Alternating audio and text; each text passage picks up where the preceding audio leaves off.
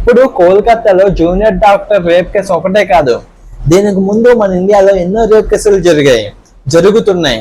ఇంకా ముందు ముందు కూడా ఎన్నో జరగబోతున్నాయి. మన దేశంలో మొదటి రేప్ కేసు వచ్చేసి 1972 మార్చ్ 26న. ఆ ఫస్ట్ రేప్ కేసు ఎంత దారుణంగా జరిగిందో తెలుసా? మహిళలకి రక్షణ ఇవ్వాల్సిన ఇద్దరు పోలీసు వాళ్ళే ఒక గిరిజన అమ్మాయిని చాలా దారుణంగా అత్యాచారం చేసి రేప్ చేసి చంపేశారు. అది కూడా పోలీస్ స్టేషన్లోనే. ఢిల్లీలో ఒక నిర్భయ, కోల్కతాలో జోర్డన్, సెత్తిమిల్స్లో 22 ఏళ్ల ఒక ఉమెన్ ఫోటో జర్నలిస్ట్, మొన్నటికి మొన్న జమ్మూ కాశ్మీర్లో 8 ఏళ్ల చిన్న అమ్మాయిని కూడా గ్యాంగ్ రేప్ చేసి చంపేశారు. కొంతకాలం ముందు హైదరాబాద్లో డాక్టర్ ప్రియాంక రెడ్డి, అదేనండి దిశ కేస్. ఇలా చెప్పుకుంటూ పోతే ఎన్నో ఉన్నాయి. ఈ రోజేమో కోల్కతాలో జూనియర్ డాక్టర్ రేప్ కేస్. ఇలాంటప్పుడే కొన్ని దేశాలలో తప్పు చేస్తే పబ్లిక్గా తల నరికేస్తారు కదా, అచ్చం అలాంటి కఠినమైన శిక్షలే మన దేశంలో కూడా తీసుకువస్తే చాలా బాగుంటుంది. ఎందుకంటే 100లో 50% భయంతో ఇటువంటి ఘోరమైన అరాచకాలు ఆగితాయి కదా.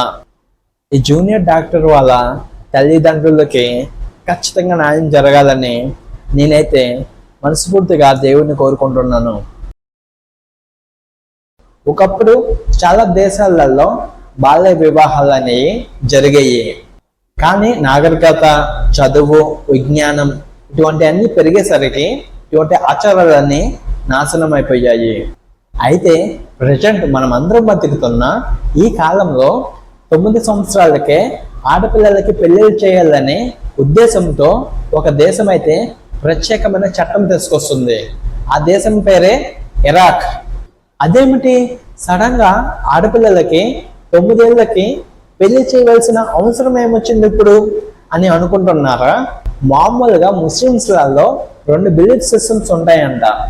అదేంటంటే ఒకరు వచ్చేసి సున్నీస్, ఇంకొకరు వచ్చేసి షియాస్. అయితే ప్రపంచంలో 90% ముస్లిమ్స్లలో సున్నీస్ ఉన్నారంట, కేవలం 10% ముస్లిమ్స్లలో షియాస్ ఉన్నారంట. అయితే ఇరాక్ దేశంలో ప్రధాన ఆధిపత్యం మాత్రం ఈ సున్నీస్దే. అయితే ఇప్పుడు వాళ్ళు ఏమంటున్నారంటే, వాళ్ళు నమ్ముతున్న జఫరీ లా ప్రకారం అయితే ఇక్కడున్న ఆడవాళ్ళకి 18 ఏళ్ళ వయసు వస్తే పెళ్లి చేయాలి, లా కాకుండా ఆడపిల్లలకి 9 ఏళ్ళకే వాళ్ళు పెళ్లి చేసుకునే అర్హత ఉండే చట్టం తెస్తే వాళ్ళకి ఇస్లామిక్ రూల్స్ లో ఫాలో అవడంలో వాళ్ళకి స్థిరత్వం ఉంటుందని నమ్ముతున్నారు. అలానే అక్కడున్న అబ్బాయిలకి 15 ఏళ్ళ వయసులోనే పెళ్లి చేస్తే అనైతిక సంబంధాల నుంచి మతాన్ని అయితే కాపాడుకోవచ్చు అని వాళ్ళైతే చెబుతున్నారు. అలానే ఇంకొక పక్క national human rights commission of India ఏం చెప్తుంది అంటే, మేల్ డామినేషన్ చాలా ఎక్కువైపోతుంది. దీనివల్ల ఆడవాళ్ళు మళ్ళీ వంటింటికో లేకపోతే ఇంటి పనులకో పరిమితం అయిపోతారు. ఒక ముక్కలో చెప్పాలంటే ఉమెన్ ఫ్రీడమ్ అనేది వాళ్ళ నుంచి పూర్తిగా పోతుంది. మామూలుగా ఒక సినిమాలో హీరో ఎంత రెమ్యునరేషన్ తీసుకుంటాడు? 50 కోట్లు లేకపోతే 100 కోట్లు, మహా అయితే 200 కోట్లు కదా. కానీ ఒక హీరో ఉన్నాడు, ఫస్ట్ టైం టాలీవుడ్లోనే కాదు, బాలీవుడ్లోనే కాదు, హాలీవుడ్లోనే కాదు, కోలీవుడ్లోనే కాదు, అంత రెమ్యునరేషన్ ఏ హీరో కూడా తీసుకోలేదు. కానీ ఇతను మాత్రం ఫస్ట్ టైం 670 కోట్ల రూపాయలని రెమ్యునరేషన్గా తీసుకుంటున్నాడు. ఈ మధ్యన ఆస్కార్ అవార్డు వరకు వెళ్ళిన Indian high budget film triple R లాంటి 2 సినిమాలు అయితే ఈ రెమ్యునరేషన్తో తీయొచ్చంట. ఇంతకీ ఆ హీరో ఎవరనేది తెలుసుకోవాలని ఉందా మీకు? మనకి ఎంతో ఇష్టమైన మార్వెల్ క్యారెక్టర్ అయిన ఐరన్ మ్యాన్. ఐరన్ మ్యాన్ అంటే కేవలం ఒక సూపర్ హీరో మాత్రమే కాదు. ఐరన్ మ్యాన్ అంటే చాలా మందికి ఒక ఎమోషనల్. అవెంజర్స్ ఎండ్ గేమ్ మూవీలో మన కంట్లో నీరు తిరగని వారు అంటూ ఎవరు ఉండరు. అయితే ఐరన్ మ్యాన్ అసలు పేరు వచ్చేసి రాబర్ట్ డౌనీ జూనియర్. ఇంకపోతే రాబర్ట్ ఫ్యాన్స్ అయితే అవెంజర్స్ మూవీస్లలో రాబర్ట్ లేడని చాలా బాగా మిస్ అవుతున్నారు. Marvel Cinematic Universe Avengers series ద్వారా ఎన్నో కోట్ల మందిని ఫ్యాన్స్ సంపాదించుకున్న రాబర్ట్ డౌనీ జూనియర్ అయితే ఇప్పుడు 2026లో రాబోతున్న ఎవెంజర్స్ డూమ్స్డే, అలానే 2027లో రాబోతున్న ఎవెంజర్స్ ది సీక్రెట్ వార్స్, ఈ 2 సినిమాలలో రాబర్ట్ అయితే డాక్టర్ డూమ్ క్యారెక్టర్ని ప్లే చేయబోతున్నాడు. అయితే రాబర్ట్ అయితే ఒక్కొక్క సినిమాకి 670 కోట్ల రూపాయలని తీసుకుంటున్నాడు. డబ్బుల పరంగా ఇది మనకి చాలా ఎక్కువ అమౌంట్ అని అనిపించవచ్చు, కానీ రాబర్ట్ కొన్న ఫ్యాన్ బేస్ ముందు ఇది చాలా చిన్నదే. ఒడిశాలో పూరి జగన్నాథుని టెంపుల్ వెనకాల ఒక ఇంట్రెస్టింగ్ స్టోరీ అయితే ఉంది. పూరి జగన్నాథుడి రత్న భాండాగారాన్ని 46 సంవత్సరాల తర్వాత అధికారులు అయితే తెరిచారు. శతాబ్దాల కాలం పాటు భక్తులు మరియు పూర్వపు రాజులు పూరి జగన్నాథుడికి విరాళంగా ఇచ్చిన ఆభరణాలన్నీ ఈ రాష్ట్ర గదిలో ఉంచారు. అయితే ఇంద్రజిమ్న అనే మహారాజుకి ఒకరోజు పూరి జగన్నాథుడు కలలో కనిపించి సముద్రపు తీరములో వేపకోయిలు కొట్టకొస్తాయి, వాటితో నా విగ్రహాలని తయారు చేయమని ఆదేశమిస్తాడు. కానీ వేపకోయిలతో విగ్రహాలని తయారు చేయనందుకు ముందుకు ఎవరు రాకపోవడంతో అయితే విశ్వకర్మ ఒక వడ్రంగి రూపంలో వస్తాడు.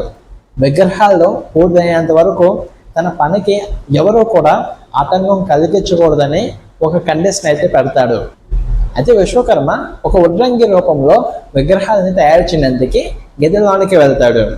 ఎంతసేపు అయినా సరే ఆ గది నుంచి ఎటువంటి సౌండ్స్ కూడా రావన్నమాట. దాని తర్వాత ఆ గది నుంచి సౌండ్స్ కానీ ఎటువంటి అలికిడి కానీ రాకపోవడంతో ఆ తర్వాత మహారాణి తొందరపడి మహారాజుని కూడా తొందర పెట్టి ఆ డోర్స్ అయితే తెరిపిస్తుంది. ఆ తర్వాత ఆ గదిలోనైతే వాళ్ళకి అక్కడ వడ్రంగి కనిపించలేదు, కానీ వాళ్ళకి సగం చేతులు సగం కాళ్ళు లేని సగం విగ్రహాలు అయితే వాళ్ళకి దర్శనం ఇచ్చాయి. ఇంకా అదే విగ్రహాలు అయితే అక్కడ పూజలు అందుకుంటున్నాయి. అప్పటి నుంచి ఇప్పుడు వరకు ఆంధ్రప్రదేశ్లో అన్న క్యాంటీన్లతో పాటు డొక్క సీతమ్మ క్యాంటీన్లు కూడా ఓపెన్ చేస్తున్నారు కదా.